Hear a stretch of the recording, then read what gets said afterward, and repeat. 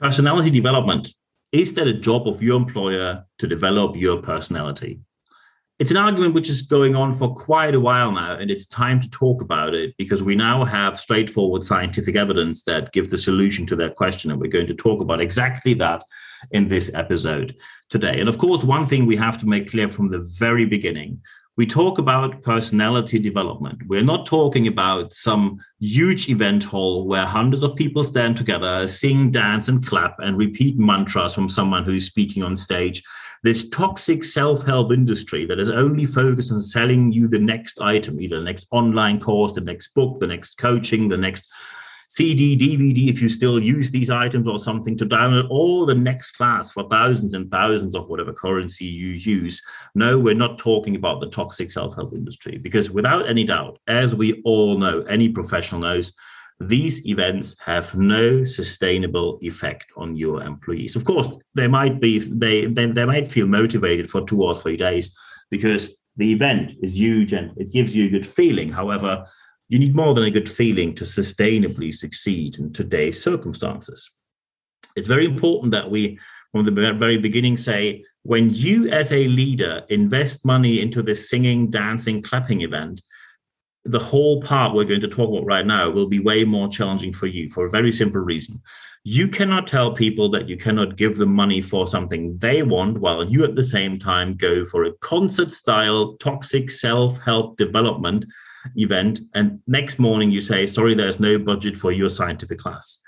That's not possible. When you as a leader fail on that level, there is a bit of an apology due now, and you have to restart from there. Because one thing that's obvious, personality development is not a private matter. Bad HR people, bad people developers, bad leaders say it's a private matter and you have to pay by yourself and do it outside working hours. No, it's not. And it's very simple to prove that. If I ask you, do your employees bring their personality to work? And just adding some more questions, did ever any part of personality between 2 or more human beings cause a conflict or challenging situations, maybe even a problem, or maybe even a situation with clients that escalated? And of course, you know that the answer to that is yes. So you see that personalities have a tremendous impact on your organization. So of course, it is the job of an organization to help people developing their personality. And now we have to look into how to do it better. It is a process which is not that simple. I know that many people don't like to hear that because they hope for the answer where I say just, and this is the weekend workshop you have to take and you're settled for life. Sorry, out of stock. Won't come back because that solution is not available. There's a multiple step process. However, it's not too complex. You can start, for example, with a seminar or a workshop. And of course, now people might claim, well, when you put together different people with different ideas, different challenges, does this really work?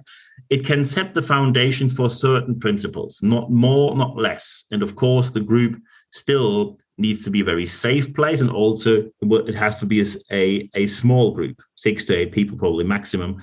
The larger you go, the only aspect you will see happening is when you go into large group scenarios, the ones who are doing reasonably okay and who are extrovert, they're going to be the star of the day. And the ones who need more help and are a bit more introvert won't step up and leave the whole day with no help whatsoever. So a seminar, don't go huge size, always use small groups. When you have a seminar or a workshop, you have a good foundation. However, oh, by the way, when people now ask, well, this whole personality development thing, is there any scientific evidence to it? Yes, even universities that are not even in the top 100, for example, the University of Humboldt, the Humboldt University in Berlin, has an own department inside the Department of Psychology only for personality development. And so you can now look into Harvard, Princeton, Yale. They all have these departments where they help people how to develop their personality. And of course, how to do it based on science and facts. Because after the seminar, you need more. And more does not mean years and years and years. Could be, but in most cases, that's not needed. What you need is coaching. And coaching is a one-to-one situation with people who can really bring you forward. And these people need to have a couple of things up front. They have to fulfill certain prerequisites. And being a nice person that you like it's good when that happens, but sometimes you have to work with someone who's probably not your most favorite person, but someone who is able to help you. So first, these people need evidence. When they talk about something, is it just opinion, or do they have a proof for what they say? Second, they need experience. When you, for example, want to teach someone how to be a bit more present during presentations, how to be a better public speaker, how to develop your personality to better serve your clients' needs in sales, these people need to have a background in speaking, public and professional speaking probably, and sales. And the third aspect is expertise. So when you bring together evidence and experience, you get to expertise, which means that people can apply their knowledge to your real world scenarios. In a coaching scenario, that also means they don't do it for you. They help you to solve the issues by yourself and guide you through the process. It is important that in this process, facts matter more than feelings, because especially in the area of personality development, you have a lot of really weird metaphors. I just give you a couple of examples. Metaphors, for example, people saw a study which said that when you put two plants into the same piece of earth, then they compete about the energy and the water, and they can even take energy from each other when competing, which is totally normal in nature. And immediately someone came to a public statement and said, well, it's the same with human beings.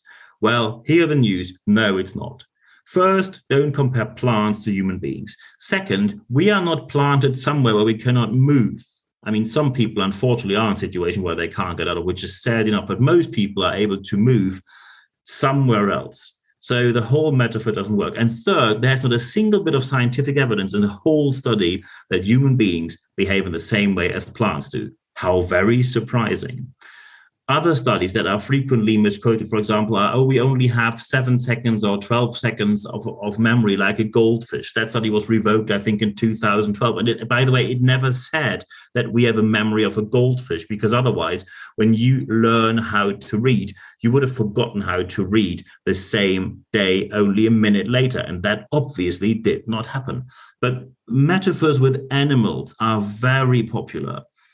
People say, oh, you have a meeting in a corporate room. Someone is the elephant. They are there, very gigantic, very present, but still very gracious. And they remember anything, sometimes a bit too much. And they always come up with these old stories. And then you have the lion in the room, always roaring, very present. It all has to be about them. And then you also have the giraffe, and the giraffe is a bit arrogant. They're looking down with a long neck on anyone. So that's the arrogant giraffe person. And then you have the owl, always a bit introvert, but still observing and controlling the situation from the back. All these metaphors are nice stories, but completely pointless when it comes to developing your personality. However, the market where people even sell books with that is tremendously huge. And it says a lot about the people who buy these books, that you honestly think that you can solve a corporate issue which is based on facts, that you can solve a corporate issue when you say, hey, you're the owl and you're the giraffe.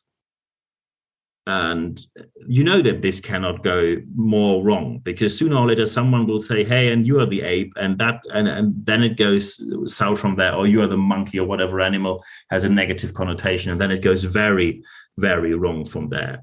So don't listen to any of this, because it's completely pointless. So when you don't have any, by the way, when you don't have any content, these people just chat on, blah, blah, blah, no substance. When you have content, you deliver the content. And it's very important that the content always consists of, 1, scientific evidence, so they can show where they have this knowledge from. 2, practical application. They help you to apply to your real world situation. And 3rd, they are methodologically and didactically qualified. We need more than just putting you into a state of a certain emotion. Because sometimes people think they learned something because for the first time they felt a certain emotion. So, for example, a trick that many coaches that don't have any idea what they're talking about use is they say, you're brilliant at anything, you're amazing, just believe in yourself. And for the first time, maybe for months, probably years with the pandemic that we had, you feel that it's all about positivity. And you say, I learned so much, and I learned that I'm worth so much more, blah, blah, blah. This does not get you anywhere. It never did, and it never will. So, conclusion, personality development is a central part of the task of any organization. By the way, when you look on the talent situation in the market, you don't even have a choice, because other organizations offer these kind of training and development chances, so you don't have a choice not to offer it. However, that should not be your motivation. Your motivation should be to have a professional offer about personality development, because then you are able to have a bit of influence and help people in the right way to also have a career maybe in your organization. So when you are now sure that you are going to offer this, it is very important that when you talk about other people, you see, because some people might still think, is this really needed for our situation? Some people might come to the conclusion and say, yeah, I think it's helpful for anyone except for us. Maybe you know these people. Let's just think of when for the last time you talked about great leaders or great salespeople or great colleagues. What did you talk about? Normally you talk about their personality. And there you see how important it is, even internally within your organization. It is impossible not to have a personality. It might not be where it should be. It might not be as developed as it could be, but anyone has a personality. However, many hide their personality, and often they say, I hide parts or my complete personality because I'm not sure if I face negative consequences otherwise. In interviews, I frequently hear from people that they say, well, I don't like to talk about my family or my children or my free and spare time because people might think I'm not focused or dedicated to work, and I don't want to leave this impression. And there you are. You say, bring your full self to work. I can tell you what they should do. Bring their full self to work and develop it at work. And yes, during working hours, because personality development, because anyone brings their personality to work, internally as well as externally with your colleagues and clients, they bring their personality to work. And so it is your best chance to get the best result when you offer what you should offer. And that means personality development in your organization, because yes, it is part of the organizational tasks. And of course, I publish more about this. I have articles, etc. So when you want to know more, just go to expert.nb-networks.com. Just put your email address in there. Once per week, every Wednesday morning, you receive an email. It's 100% content at free guarantee, where you have everything in one place that I published during that time. And it's now important that when you now say, well, I really have questions about this because I am in a certain situation and I don't know where to go from here, or you need a bit more details about this, happy to do so. Let's have a chat. Just drop me an email at nb@nb-networks.com and we take it from there. It doesn't cost you a single penny. Of course, when you now say, hey, we are way more straightforward, we need someone for a workshop, coaching, speaking, consulting, mentoring, or even for a bit more long-term project interim management, happy to do that as well. Just drop me an email, nb@nb-networks.com. But I'm also happy just to have a chat with you, and we take it from there. It doesn't cost you a single penny, and I think it's always worth investing. And I also have to say that the discussions I had the last weeks were amazing, and I also have to say thank you again.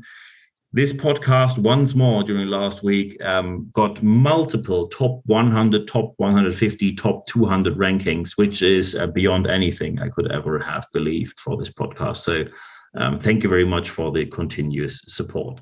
The most important aspect now is that you apply what you heard in this podcast, because only when you apply what you heard here, you will see the change that you obviously want to have in your organization. Because let's face it, if you didn't want to see any change, you would not sit here listening to this podcast, while at the same time, your work doesn't do itself automatically. So time to have a good chat, time to implement what you heard here. The most important part always is apply. And I wish you all the best applying this in your organization. If you need any help, let me know. But now we just take it from here. And at the end of this podcast, there's only one thing for me left to say. Thank you very much for your time.